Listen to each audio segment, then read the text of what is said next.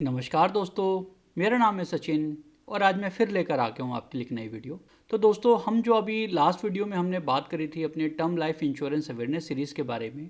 तो दोस्तों, हमने जो वहाँ पे डिस्कस किया था, ये पता किया था हमने कि टर्म इंश्योरेंस होता क्या है और वो कैसे काम करता है।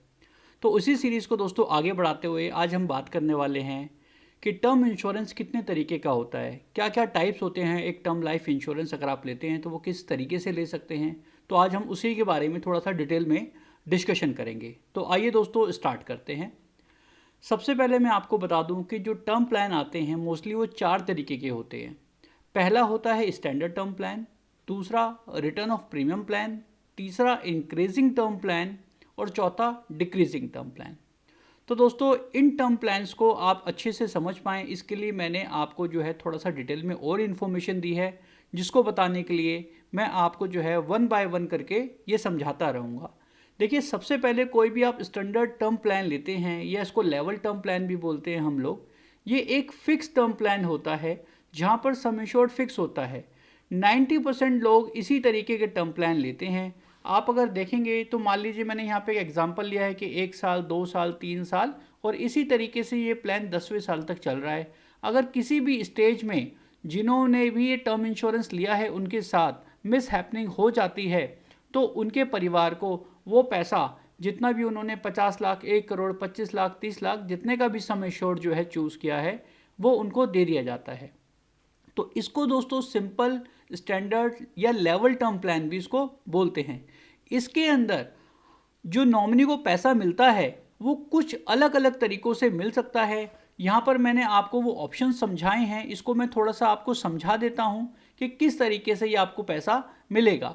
देखिए, एक सिंपल तरीका होता है लम सम मनी ऑप्शन। मतलब अगर आपने 50 लाख रुपए का कवर लिया है और उनके साथ मिस हैपनिंग हो जाती है, जिन्होंने इंश्योरेंस प्लान लिया है उनकी डेथ हो जाती है, तो ये जो पैसा है नॉमिनी के अकाउंट में इकट्ठा एक साथ डाल दिया जाता है।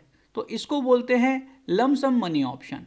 दूसरा ऑप्शन अगर आपने चूज़ किया हुआ है प्लान लेते वक्त मंथली मनी ऑप्शन। बहुत लोगों को ये लगता है कि हो सकता है हमारे नॉमिनी जो हैं वो इतना पैसा संभाल ना पाएँ, हो सकता है उस पैसे का मिसयूज़ हो जाए।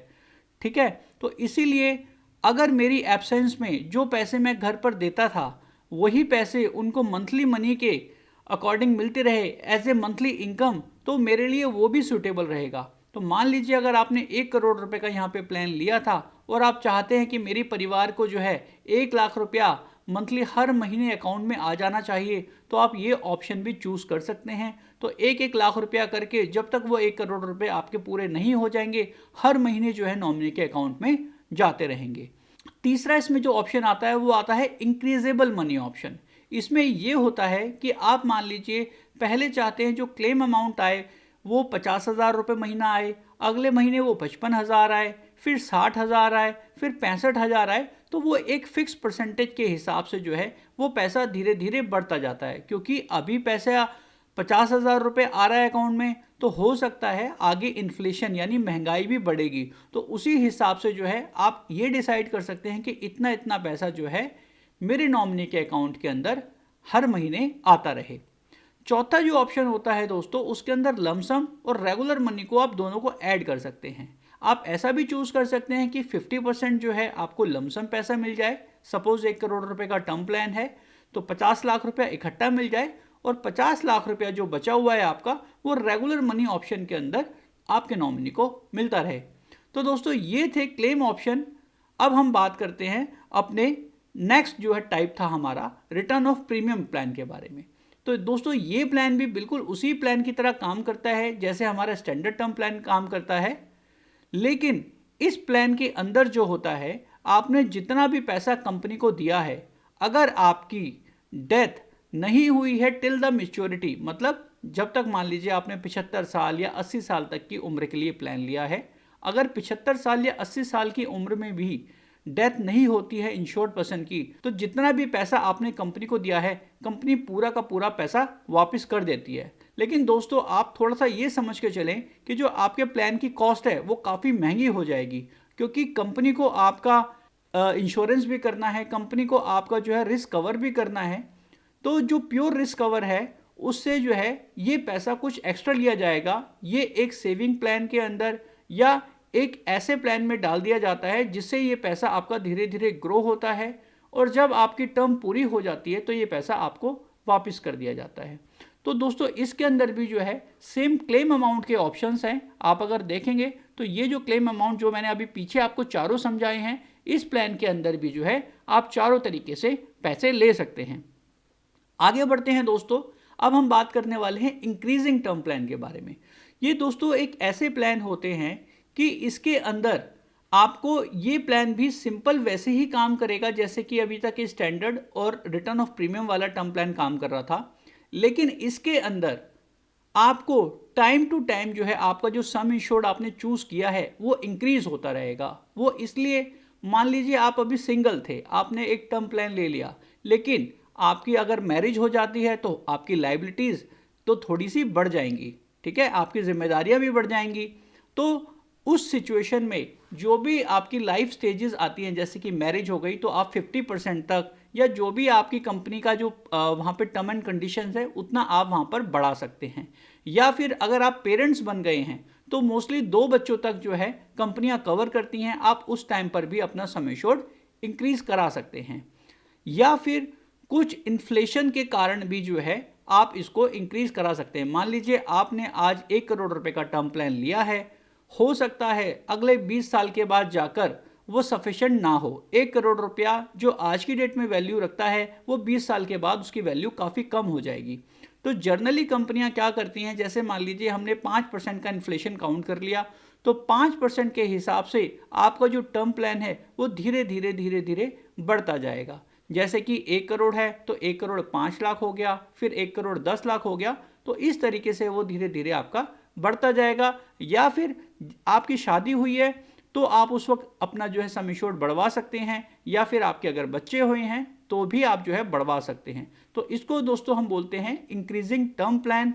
और साथ में जो क्लेम अमाउंट ऑप्शंस पीछे के प्लान्स के अंदर थे यहाँ पर भी आपको जो है वो अवेलेबल मिलेंगे।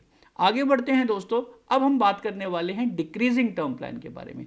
तो दोस्तों ये डिक्रीजिंग जो टर्म प्लान है ये टोटली डिफरेंट काम करता है, ये और प्लानों की तरह काम नहीं करता। यहाँ पर जो मोस्टली ये जो प्लान दिया जाता है ये होम लोन, पर्सनल लोन या कुछ कंडीशन में कार लोन के लिए भी दिया जाता है।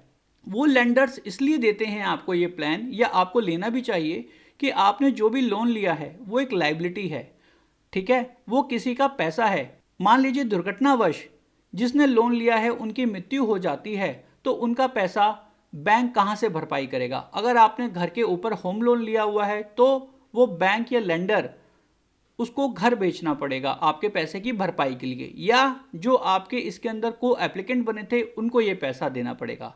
लेकिन अगर आपने ये वाला डिक्रीजिंग टर्म प्लान उनके साथ लिया हुआ है तो क्या होगा, तो वो जो पैसा है डायरेक्टली बैंक को सेटल कर दिया जाएगा जिससे आपका लोन उतर जाएगा। तो दोस्तों मैं आपको बताता हूं कि ये डिक्रीजिंग टर्म प्लान होता है हमेशा आपके प्रिंसिपल आउटस्टैंडिंग पे काम करता है।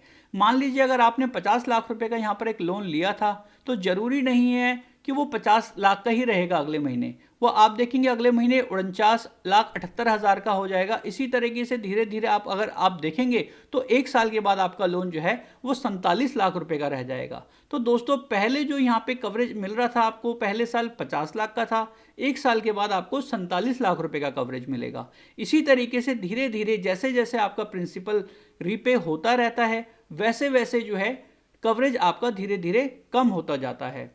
तो दोस्तों ये जो टर्म प्लान हैं डिक्रीजिंग वाले, ये आपको अगर कोई आप लोन लेते हैं तो उसको आप जरूर उसके साथ लीजिए, आपको ये फायदे का ही रहेगा। इससे जो है आपकी लाइबिलिटीज का रिस्क कवर है वो हमेशा जो है कवर रहेगा। इन प्लानों के अंदर अगर आप देखेंगे जो नॉमिनेशन होता है उसके अंदर नॉमिनेशन सबसे पहले जो है वो बैंकों के नाम पे होता है, कि अगर मान लीजिए किसी की भी डेथ हो जाती है जिन्होंने लोन लिया है और ये वाला टर्म प्लान भी लिया हुआ है उन्होंने साथ में, तो उसमें जो फर्स्ट नॉमिनेशन होगा वो बैंक का होगा।